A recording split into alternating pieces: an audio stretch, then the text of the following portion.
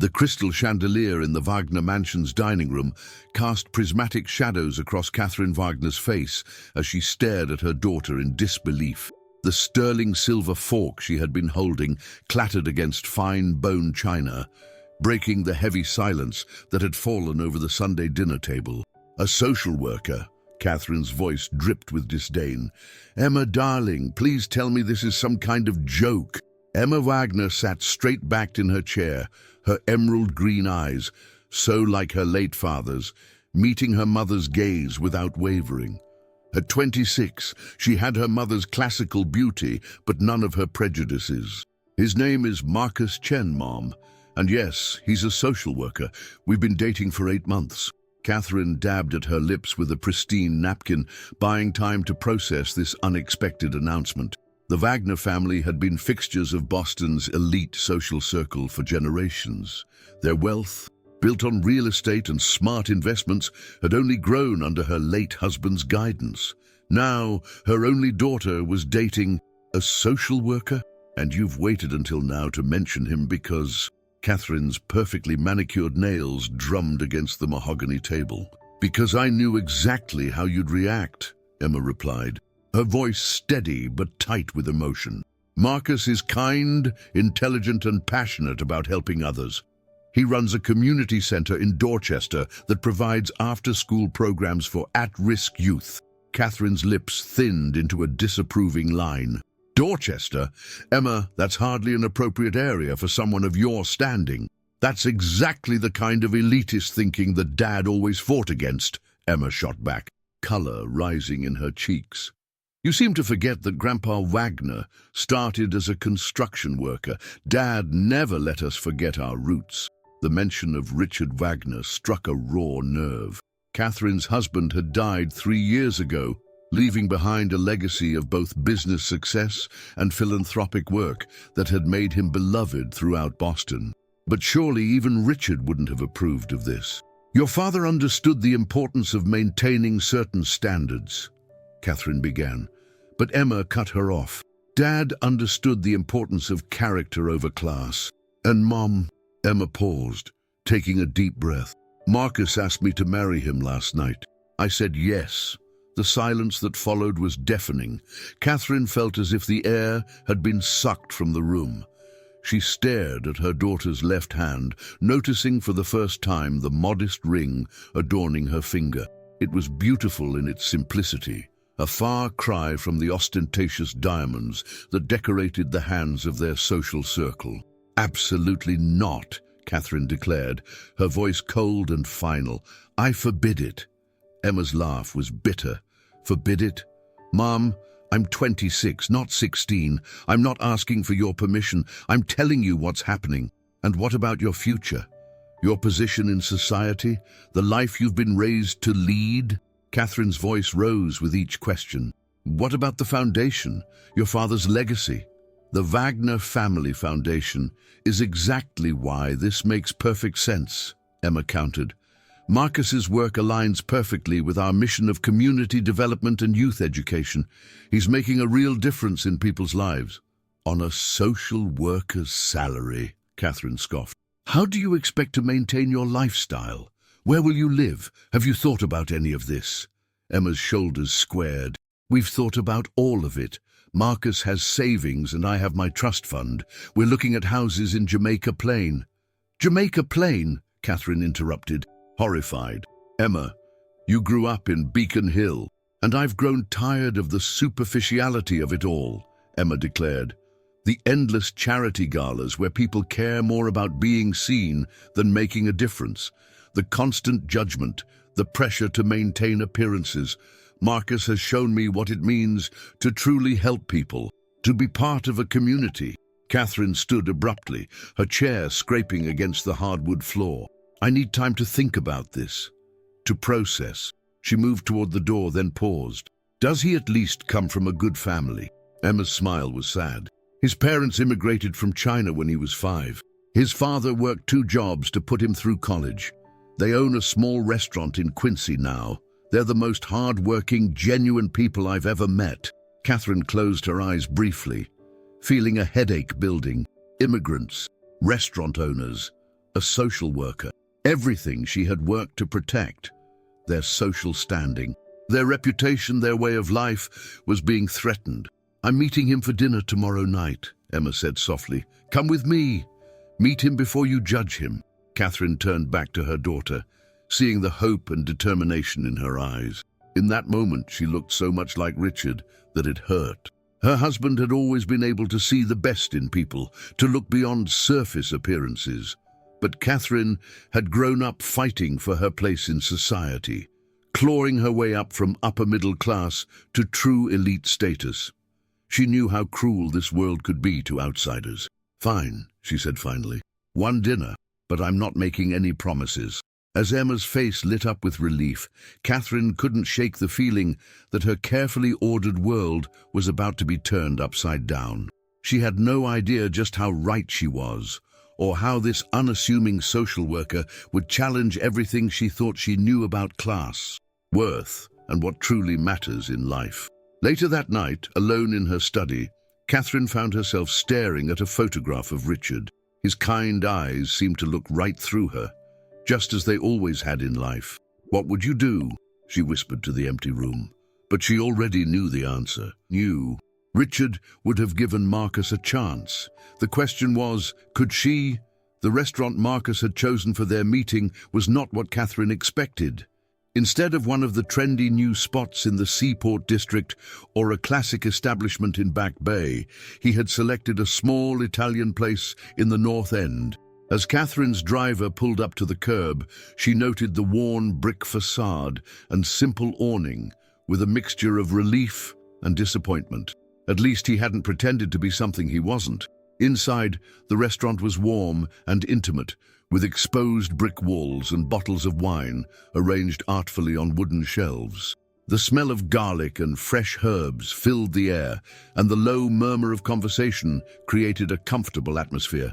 Emma was already there, seated at a corner table with a young Asian man who stood as Catherine approached. Marcus Chen was tall and lean, dressed in a well-fitted navy suit that, while not designer, showed good taste. His face was open and intelligent, with kind eyes that crinkled at the corners when he smiled. "Mrs. Wagner," he said, extending his hand, "thank you so much for joining us. This restaurant has been in the same family for 4 generations. They make the best gnocchi in Boston." Catherine took his hand, noting his firm but not aggressive handshake. "Mr. Chen," she replied coolly, taking her seat, "I understand you're familiar with family businesses." "Mom," Emma warned, but Marcus just smiled. "Yes, my parents' restaurant has been their life's work," he said proudly. "They started with nothing but a dream and determination. Now they employ 15 people and have put both my sister and me through college." Before Catherine could respond, their waiter approached, an elderly Italian man who greeted Marcus like an old friend. "Marco, it's been too long. And this must be Emma's mother. Sophia told me you were coming. Let me bring you our best wine." As the waiter hurried away, Catherine raised an eyebrow. "You're well known here," Marcus nodded. "I volunteered here during college, helping the owner's granddaughter with her college applications. Now, we partner with them for our youth culinary program at the community center. They provide internships for kids who want to learn about the restaurant business." Catherine took a sip of water, studying him over the rim of her glass. "And is that typical of your work, creating business connections?" "Part of it," Marcus replied. "My role is about building bridges between resources and needs, between communities, between generations. Every kid deserves a chance to find their passion and pursue it, even if that passion isn't particularly profitable." Catherine couldn't keep the edge from her voice. "Mom," Emma interjected again, more forcefully this time. But Marcus leaned forward, his expression earnest. "Mrs. Wagner, I know you're concerned about Emma's future, but success isn't just about money. It's about impact, about leaving the world better than you found it. Isn't that what the Wagner Foundation stands for?" Catherine felt a flicker of surprise. "You've done your research." "Of course. The Foundation's work in education and community development is impressive. Your late husband's vision of creating sustainable change through local investment. It's exactly the model we try to follow at the center. The arrival of the wine interrupted them, and Catherine used the moment to gather her thoughts. This young man was not what she'd expected. He was articulate, well-informed, and clearly passionate about his work. But passion didn't pay bills or maintain social standing. "Tell me about this community center," she found herself saying. "Emma mentions it's in Dorchester?" Marcus's face lit up. "Yes, the Heartwood Community Center. We serve about 200 kids regularly, providing after-school programs, mentoring, college prep, and vocational training. We just started a coding program partnering with local tech companies." As he spoke, Catherine watched Emma watching him. Her daughter's face was soft with love and pride, reminding Catherine painfully of how she used to look at Richard. Her husband had had that same fire when talking about his work, that same belief in making a difference. The wine was excellent, and as their food arrived, Catherine found herself drawn into a discussion about the challenges facing Boston's youth. Marcus spoke knowledgeably about education policy, economic development, and the importance of creating opportunities for social mobility. He wasn't just spouting idealistic platitudes. He understood the complex realities of his work. "The hardest part," he was saying, "is seeing kids with incredible potential held back by circumstances beyond their control. Last week, one of our brightest students got accepted to Boston University with a partial scholarship, but she's still short $30,000 a year. Her single mother works 3 jobs just to keep their apartment." "What's her name?" Catherine asked, surprising herself. "Jasmine Torres. She wants to study biochemistry, dreams of medical school. She's been tutoring younger kids in math and science at the center for 2 years now." Catherine nodded slowly, making a mental note. The Wagner Foundation had a scholarship program. Perhaps, but then she caught herself. Was she actually considering helping? Wasn't this exactly the kind of entanglement she wanted to avoid? As if reading her thoughts, Marcus added quietly, "I'm not telling you this to ask for anything, Mrs. Wagner. I just want you to understand why I do what I do, why Emma and I believe in this work." The dinner continued, and Catherine found herself increasingly unsettled. Marcus was impossible to dismiss as a fortune-hunting social climber.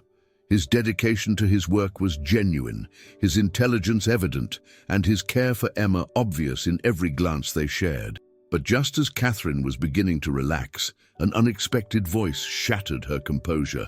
"Catherine Wagner! I thought that was you!"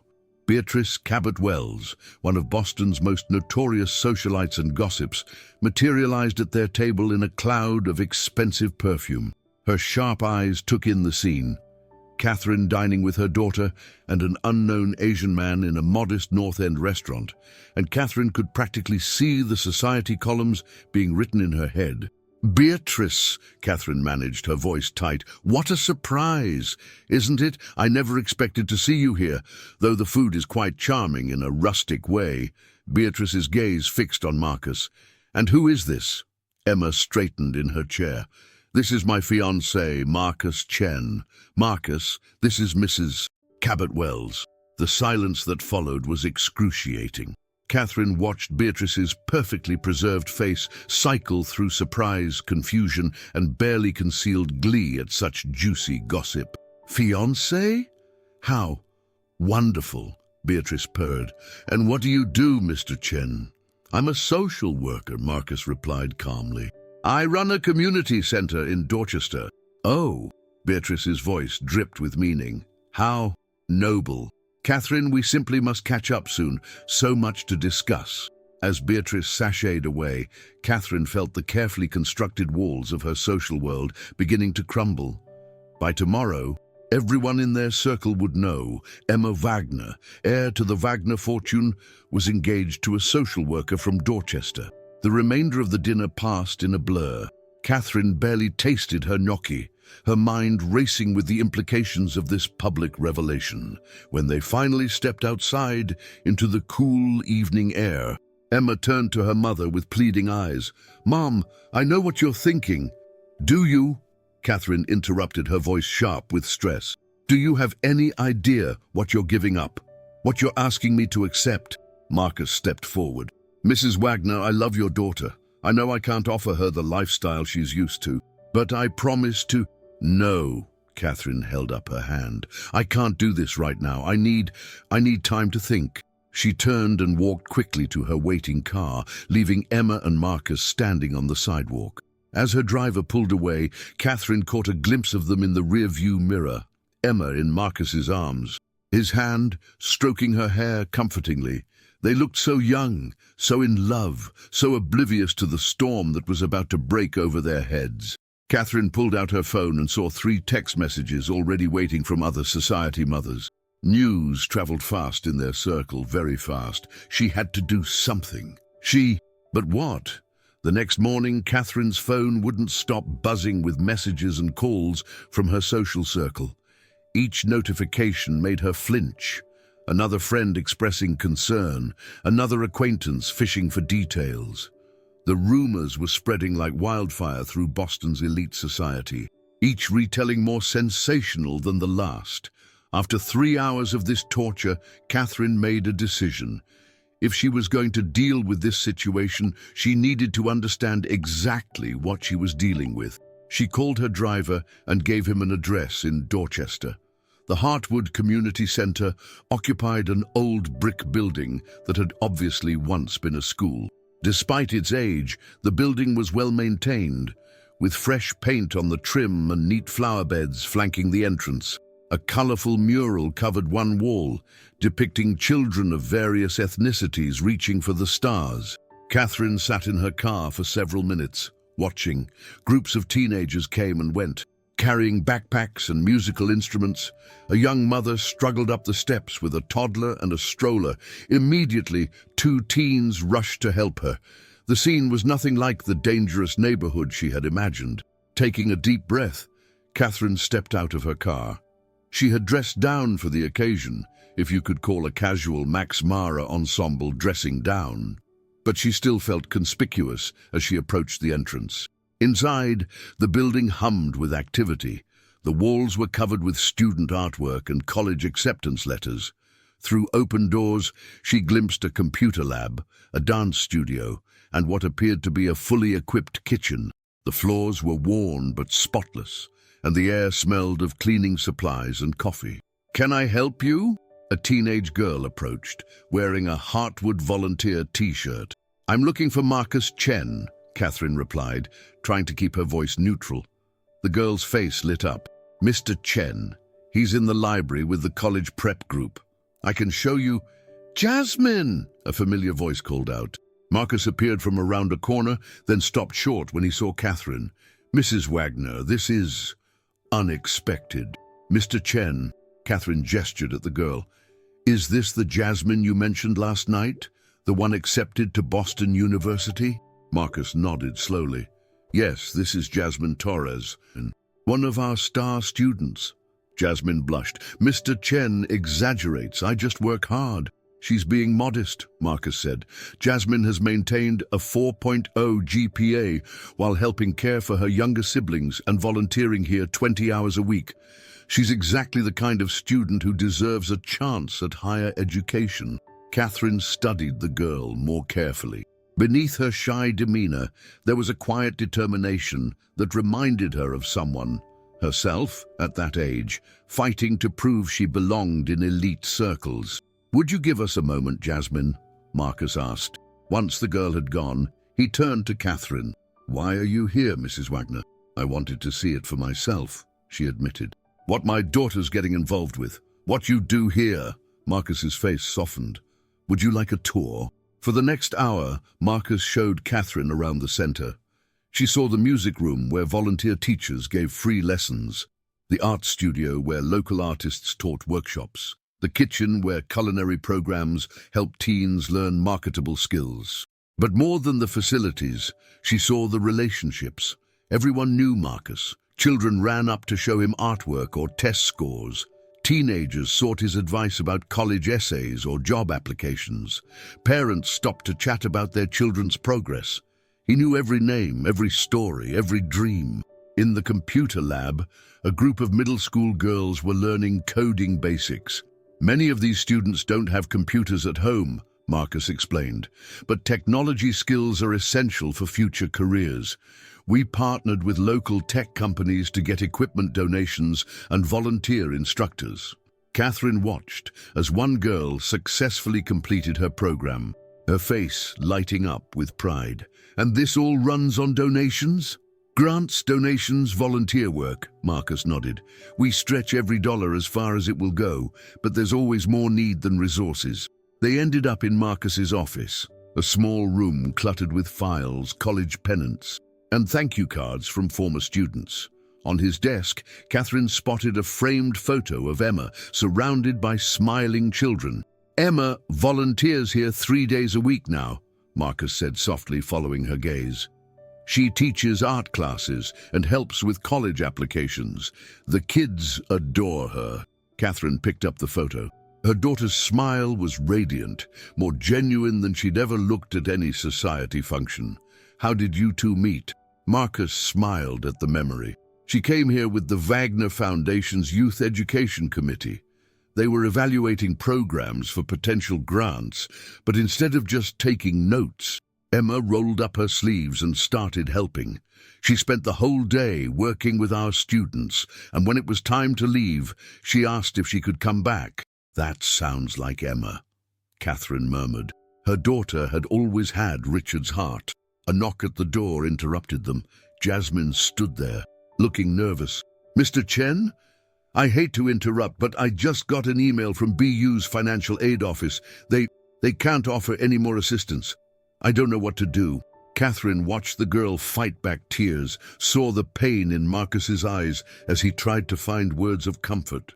Before she knew what she was doing, Catherine heard herself say, "The Wagner Foundation has a scholarship program for promising students. I'd be happy to review your application, Jasmine." Both Jasmine and Marcus stared at her in shock.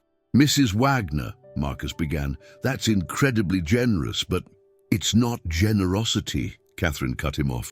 "It's investment in talent. Isn't that what you said last night about building bridges?" For the first time since they'd met, Marcus seemed at a loss for words. Jasmine's eyes filled with tears of a different kind. "Thank you, Mrs. Wagner. I promise I won't let you down." After Jasmine left, Catherine turned back to Marcus. "I'm not saying I approve of everything. I still have concerns about Emma's future, about what this means for her position in society." "I understand," Marcus said quietly. "But Mrs. Wagner, have you considered that maybe Emma doesn't want that position? That maybe she's choosing a different kind of life, one that's meaningful to her?" Catherine was about to respond when her phone buzzed again. This time, it was a message from Beatrice Cabot-Wells, forwarding a particularly nasty piece of gossip about Marcus's family. Reading it, Catherine felt something snap inside her. "I need to go," she said abruptly, gathering her purse. "But Mr. Chen, Marcus, thank you for showing me your work here." As she walked to her car, Catherine's mind was racing. She had come here looking for ammunition, for reasons to oppose this marriage. Instead, she had found something unexpected, a glimpse of a world where value wasn't measured by bank accounts or social standing, but by impact and connection. But there was still one more thing she needed to do before she could make peace with her daughter's choice. She needed to meet Marcus's family. Pulling out her phone, Catherine dialed Emma's number. "Darling, ask Marcus for his parents' restaurant address. I'd like to have dinner there tomorrow night. All of us, together." The silence on the other end of the line spoke volumes about Emma's surprise. Finally, her daughter's voice came through, thick with emotion. "Really, Mom? Really?" Catherine replied, surprising herself with how certain she felt. "It's time we all got to know each other properly." As she ended the call, Catherine caught her reflection in the car window. For the first time in days, she looked like herself again. Whatever happened tomorrow night would change everything. But maybe, just maybe, that change would be for the better. The Golden Dragon restaurant sat on a busy street in Quincy, its red and gold sign glowing warmly in the early evening light. Catherine's driver pulled up to the curb, and she noticed Emma and Marcus already waiting outside. The restaurant wasn't large, but it was immaculately maintained, with pristine windows and fresh plants flanking the entrance. "Mom," Emma said, embracing her, "thank you for doing this." Catherine smoothed her daughter's hair, a gesture from childhood. "Well, if Marcus's parents cook as well as they raise their son, this should be interesting." Inside, the restaurant was bustling with Tuesday night dinner service. The decor was simple but elegant. Traditional Chinese artwork on the walls, dark wood tables, and soft lighting that created an intimate atmosphere. The delicious aroma of garlic, ginger, and spices filled the air. An elderly Chinese woman approached them, her face lighting up at the sight of Marcus. "Ah, Marcus!" She embraced him, then turned to Emma with equal warmth. "And beautiful Emma." Finally, her eyes landed on Catherine, and she smiled. "You must be Mrs. Wagner. I am Lin Chen, Marcus's mother. Welcome to our restaurant." Before Catherine could respond, a tall man emerged from the kitchen, wiping his hands on his apron. Michael Chen had Marcus's height and build, and the same kind eyes. "Welcome, welcome. We've prepared a special table in the private dining room." As they were led through the main dining room, Catherine noticed something surprising. The customers were a mix of locals and professionals, families and couples, all races and backgrounds. She overheard snippets of conversation in multiple languages. This wasn't just a restaurant, it was a community hub. The private dining room was intimate, with a round table set for 6. Marcus's younger sister, Michelle, was already there. She stood to greet them, and Catherine noticed she was wearing a Harvard Medical School sweatshirt. "Michelle is in her 2nd year of medical school," Marcus explained proudly. "She volunteers at our center's health education program when she can." Once they were all seated, dishes began appearing, not the standard American Chinese fare, but elegant traditional dishes that Lin explained were family recipes passed down through generations. "First, the soup," Lin said, serving a fragrant broth. "My grandmother taught me this recipe. She always said good food opens hearts for honest conversation." As they ate, Catherine observed the Chen family dynamics. They were clearly close-knit, teasing each other affectionately and sharing stories. Michael and Lin worked seamlessly together, anticipating each other's needs in a dance born of decades of partnership. "Tell me," Catherine said during a brief lull, "how did you start this restaurant?" Michael's eyes grew distant with memory. "We came to America with almost nothing. 2 suitcases, barely any English, and 3-year-old Marcus. Those first years were very hard. I worked construction during the day, restaurants at night. Lin cleaned houses and took care of Marcus. But we had a dream," Lin continued, reaching for her husband's hand. "In China, my family had a famous restaurant in our village. I knew all the traditional recipes. We saved every penny, worked every hour we could. They never missed a single one of my school events," Marcus added softly. "No matter how tired they were, one of them was always there." "Education was everything," Michael said firmly. "We told Marcus and Michelle, we work hard so you can study hard. Make something of yourselves, help others." Catherine felt a sudden lump in her throat. She recognized the pride in Michael's voice. It was the same pride she'd heard in her own father's voice when he talked about building his law practice from nothing. "The restaurant struggled at first," Lin admitted, "but we believed in quality, in treating customers like family. Slowly, word spread. Now we have customers who've been coming for 20 years. Their children work here during college. We helped many save money for school." "Like Tommy," Marcus said. "Marcus, remember him, Emma? The kid from the center who needed a part-time job? My parents hired him, taught him everything about the business. Now he's studying restaurant management at Johnson & Wales." Emma beamed. "They've basically adopted half the kids from the center. Every holiday, this place is packed with honorary Chen family members." Catherine watched as Lin's eyes misted over with pride. "Family is not just blood," the older woman said softly. "Family is love, is commitment. When Emma first came here, we knew she has good heart, like Marcus. They will build something beautiful together. But what about you, Mrs. Wagner? Michael asked suddenly.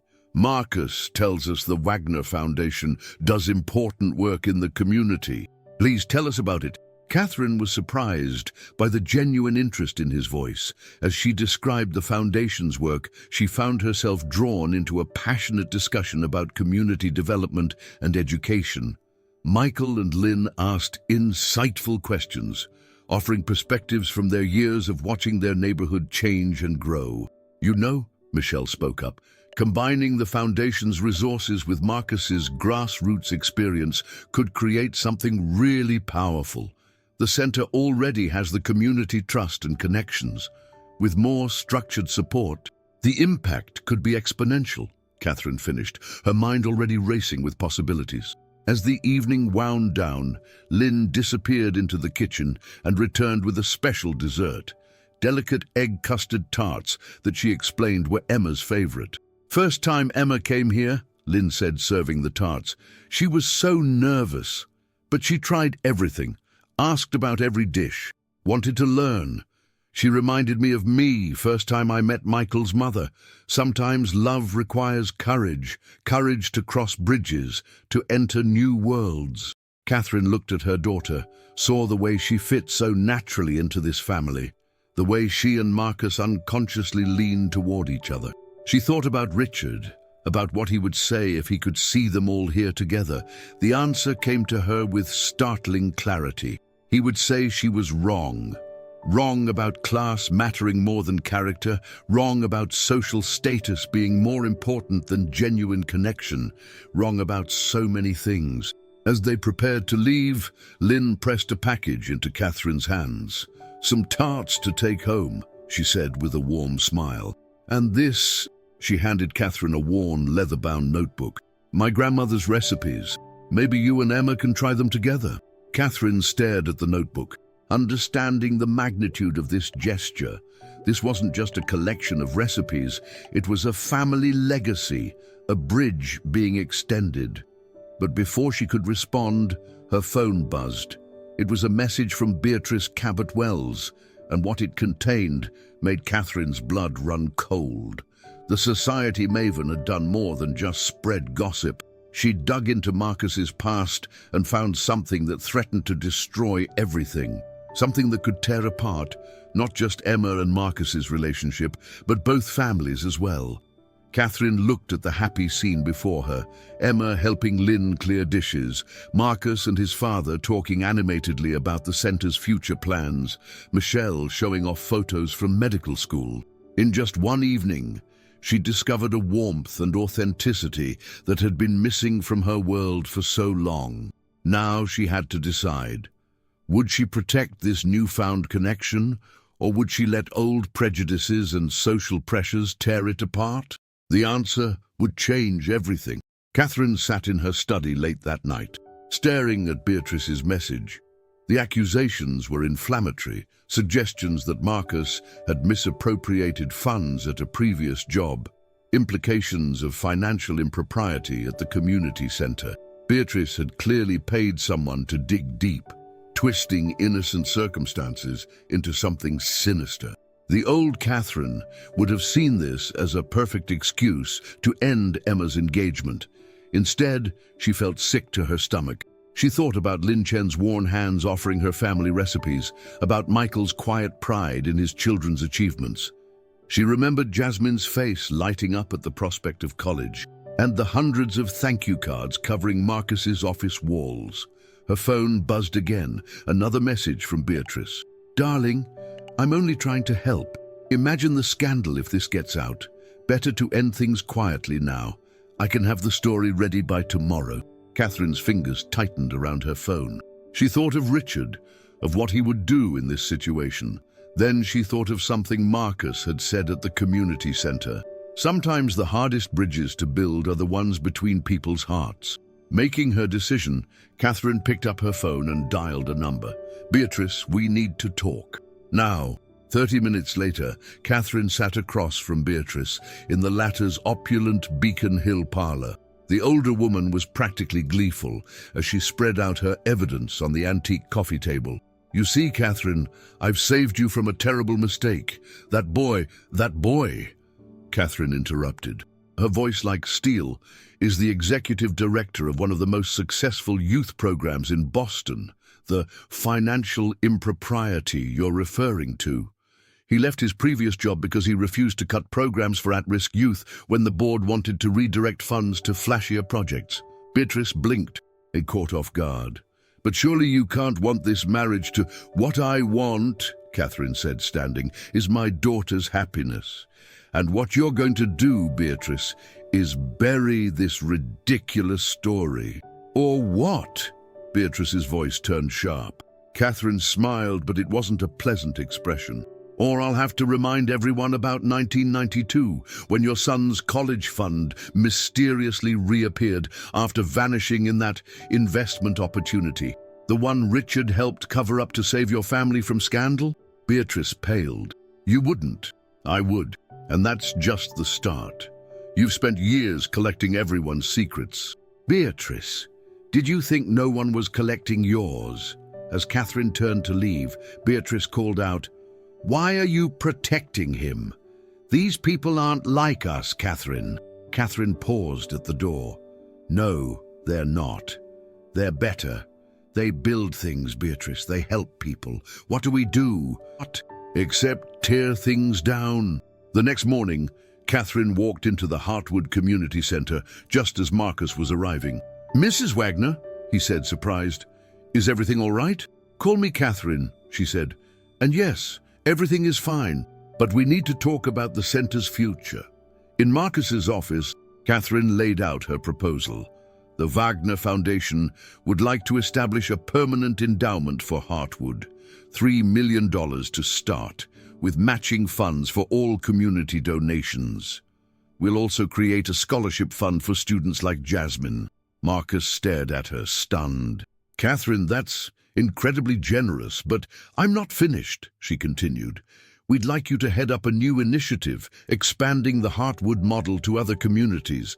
Full funding, complete operational autonomy. Emma mentioned you've been dreaming of doing this for years. I have. But Marcus looked suspicious. Why now? Catherine softened. Because last night I saw what real wealth looks like. Not money or social position, but the wealth of connection, of purpose, of love. She paused. Your parents built something beautiful from nothing. You're building something beautiful here. Emma sees that, and now I do too. What about your society friends, their opinions? Let me worry about them, Catherine said firmly. Sometimes old structures need to fall so new ones can rise. Just then, Emma appeared in the doorway, stopping short at the sight of them together. Mom, what's going on? Catherine crossed to her daughter and took her hands. I'm sorry, Emma. I've been so worried about what you might lose that I couldn't see what you'd found. She looked between Emma and Marcus. Your father would have loved him, you know. He always said true character shows in how you treat people who can't do anything for you. Emma's eyes filled with tears. Filled. Really? Really? Catherine squeezed her hands. Now about the wedding. I was thinking we could have it here. Here? Emma and Marcus said simultaneously. The center has that beautiful courtyard. We could set up tables, string lights, mix both worlds a bit. The society pages will hate it, which makes it even better. Mom! Emma threw her arms around Catherine. Over her daughter's shoulder, Catherine met Marcus's eyes and saw in them understanding, gratitude, and something else, acceptance. 3 months later, the Heartwood Community Center's courtyard was transformed. Strings of lights twinkled overhead, and tables dotted the space, each one a careful mix of society figures and community members.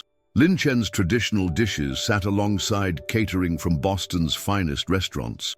Jasmine Torres, accepted to Boston University with a full Wagner Foundation scholarship, gave a toast that left hardly a dry eye in the house. Catherine watched as Emma and Marcus danced their first dance as husband and wife. Around them, worlds merged. Michael Chen teaching a society matron the proper way to use chopsticks. Michelle discussing medical school with a foundation board member. Heartwood teens teaching elderly socialites the latest dance moves. "You did good, Kat," a voice said beside her. Beatrice Cabot-Wells stood there, watching the scene with a thoughtful expression. "I was wrong. About all of it." "We both were," Catherine replied. "But it's never too late to build new bridges."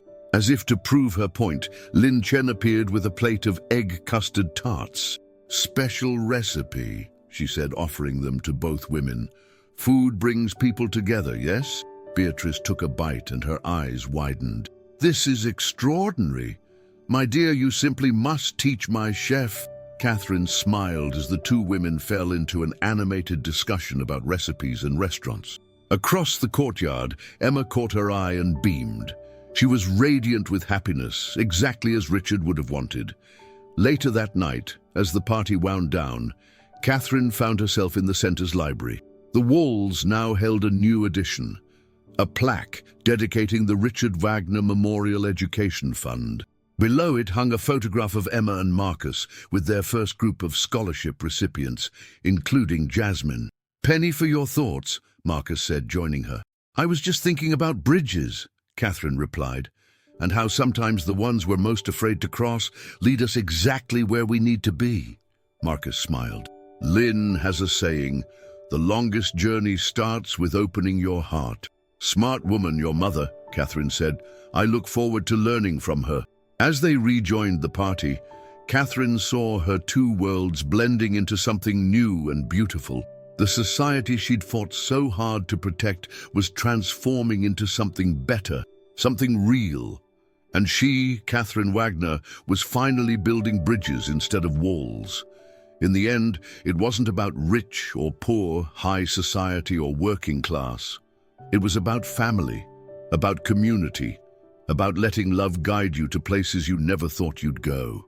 And as Catherine watched her daughter laugh with her new in-laws, as she saw the pride in Marcus's eyes and the joy in Emma's smile, she knew that some bridges, once built, could withstand any storm, because they were built on the strongest foundation of all, love. What would you have done in Catherine's position? Have you ever had to choose between societal expectations and what your heart knows is right? Did you notice how love and understanding can break down the strongest walls? Share your thoughts in the comments below. Your perspective might help someone facing similar challenges. Want more stories that touch your heart and remind you of what truly matters? Click the video on your left. Trust me, it'll take you on another unforgettable emotional journey that'll make you believe in the power of the human spirit. Your support keeps these meaningful stories coming. Hit subscribe and join our community. Together, we're creating a space where stories of love, growth, and transformation come to life every single day. Leave a like if this story touched your heart, and let's keep spreading messages of hope and understanding together.